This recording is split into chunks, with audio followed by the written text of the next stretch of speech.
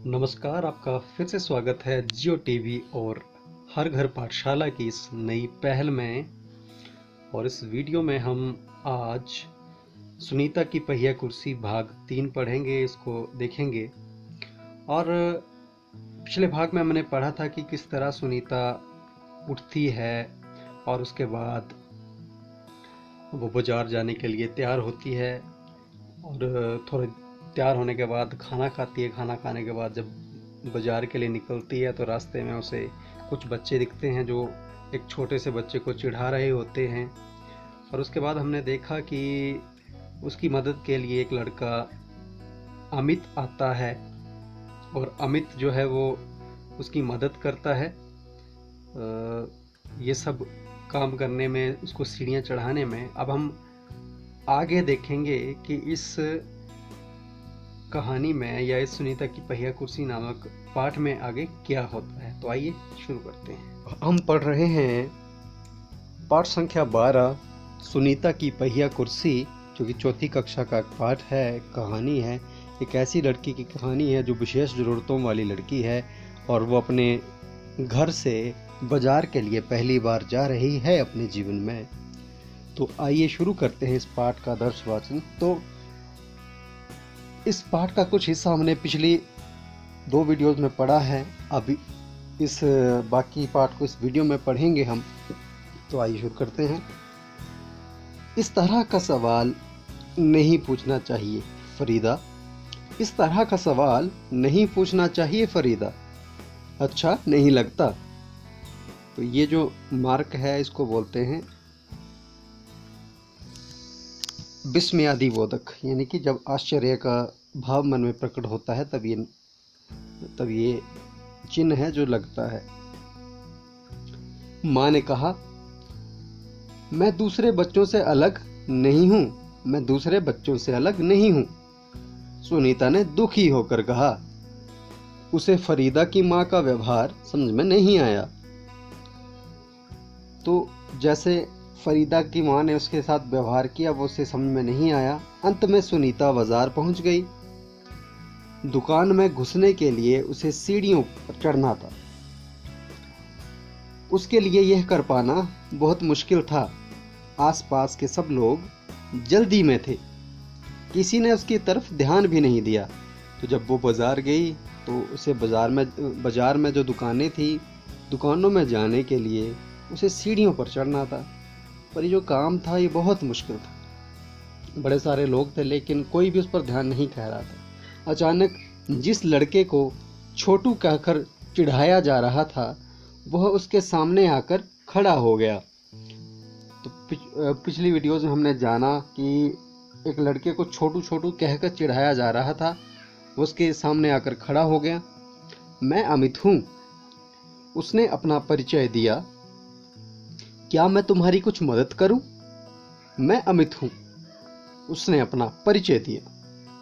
क्या मैं तुम्हारी कुछ मदद करूं? मेरा नाम सुनीता है। सुनीता ने राहत की सांस ली और मुस्कुराकर बोली, मेरा नाम सुनीता है। और उसने ये मुस्कुराकर कहा, पीछे के पैडल को पैर से दबाओगे? तो जो उसकी कुर्सी के पीछे पैडल था उसको पैर से दबाने को कहा। ये प्रश्न बोला गया। हाँ हाँ, जैसे कि हम यहाँ पे देख पा रहे हैं कि बहुत सारी भीड़ है। कुछ लोग आ रहे हैं, कुछ लोग जा रहे हैं। जैसे ये देखा है, मिठाइयों की दुकान भी यहाँ पे है, साहब की दुकान है।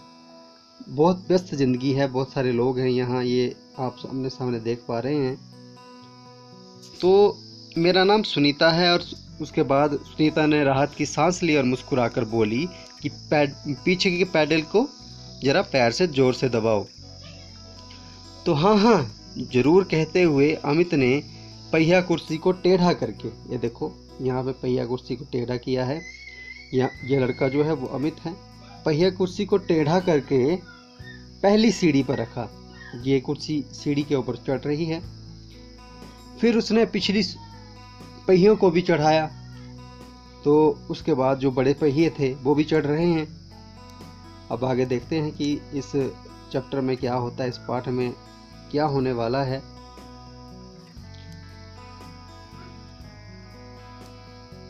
आगे बढ़ेंगे। सुनीता ने अमित को धन्यवाद दिया और कहा अब मैं तो यह रहा आज का कार्यपत्रक, जो कि सुनीता की पहिया कुर्सी पाठ 12 पर आधारित है। तो पहला प्रश्न इसका है कि विराम चिन्हों का मिलान करो। विराम चिन्हों का मिलान करो। तो विराम चिन्ह क्या होते हैं? विराम का अर्थ होता है रुकना, रुकना, और चिन्ह मतलब संकेत, कि जहां पे रुकने का संकेत दिया गया हो उनको हम विराम चिन्ह कहते हैं। तो जब हम बोली गई बात को कागज पर लिखते हैं या किताब पर लिखते हैं या कहीं भी लिखते हैं, तो बोली गई बात को दर्शाने के लिए कि कहाँ व्यक्ति रुका, कितनी देर के लिए रुका और उसने क्या बोला, क्या दर्शाया, प्रश्न पूछा, हैरानी जाहिर की, तो इन सब बातों को दर्शाने के लिए कुछ चिन्हों का प्रयोग किया जाता है जिन्हें हम विराम चिन्ह कहते हैं। तो आइए शुरू करते हैं विराम चिन्हों के बारे में। विराम चिन्ह, तो विस्मय आदि बोधक, पहला विराम चिन्ह है विस्मय आदि बोधक। तो विस्मय आदि बोधक वहाँ पे लगता है या वहाँ पे दर्शाया जाता है जहाँ पे कोई हैरानी वाली बात बताई है, तो ये विस्मय आदि बोधक है। दूसरा चिन्ह यहाँ पे जो दर्शाया गया है वो है पूर्ण विराम। दूसरा चिन्ह यहाँ पे जो दर्शाया गया है वो है पूर्ण विराम। तो पूर्ण विराम यह है पूरी तरह जब रुकते हैं तो उसके लिए पूर्ण विराम का प्रयोग करते हैं। अल्प विराम यानी कि कोमा, अल्प विराम थोड़ी देर के लिए रुकना। प्रश्न सूचक, जैसे कि तुम्हारा नाम क्या है, तुम्हारा नाम क्या है। तो जब थोड़ी देर के लिए रुकते हैं तो अल्पविराम और प्रश्न पूछा जाता है तो प्रश्न। और उदाहरण चिन्ह, उदाहरण चिन्ह जैसे किसी ने कुछ बोला, फॉर एग्जाम्पल मैं भी वो सारे काम कर सकता हूँ, ये वाक्य बोला मैं भी वो सारे काम कर सकता हूँ, ये वाक्य अमित ने बोला था सुनीता को। तो इसके आगे पीछे ये उदाहरण चिन्ह लगाया जाता है, इसको इस तरह से दर्शाया जाता है, ये इस तरह से और इस तरह से, इसको हम उदाहरण चिन्ह कहते हैं। तो इन चिन्हों का प्रयोग दर्शाने के लिए किया जाता है कि कहाँ व्यक्ति रुका है, कहाँ नहीं रुका है। आगे बढ़ते हैं। यह प्रश्न किसने किससे कहे या यह वाक्य किसने किससे कहे, मैं दूसरे बच्चों से अलग नहीं हूँ, मैं दूसरे बच्चों से अलग नहीं। तो ये देखिए यहाँ पे उदाहरण चिन्हों का प्रयोग किया गया है, यहाँ पे उदाहरण चिन्ह का प्रयोग किया गया है। मैं दूसरे बच्चों से अलग नहीं, ये कहा सुनीता ने कहा, ये सुनीता ने कहा, किसको कहा, अमित को कहा। और ख है क्या मैं तुम्हारी मदद करूं, क्या मैं तुम्हारी मदद करूं। तो यहाँ भी उदाहरण चिन्हों का प्रयोग किया है, एक ये और एक ये, एक शुरू में एक अंत में और ये प्रश्नवाचक चिन्ह। क्या मैं तुम्हारी मदद करूं, तो क्या मैं तुम्हारी मदद करूं ये वाक्य कहा अमित ने कहा, और किससे कहा, ये कहा सुनीता से। अगला प्रश्न क्या है, अगले प्रश्न के बारे में चर्चा करते हैं कि क्या फरीदा को पहिया कुर्सी के बारे में नहीं पूछना चाहिए था। तुम्हें क्या लगता है। तो फरीदा ने एक पहिया कुर्सी के बारे में पूछा सुनीता से। अब आपने इस पे अपनी बात रखनी है कि क्या फरीदा को पहिया कुर्सी के बारे में नहीं पूछना चाहिए, तो आपको क्या लगता है ये आपने बताना है। तो सुनीता को दुकानदार का व्यवहार बुरा क्यों लगा। तो जैसा कि पाठ में बताया गया है कि सुनीता एक ऐसी लड़की थी जो बेशक दिव्यांग थी, लेकिन सब तरह के काम वो कर लेती थी।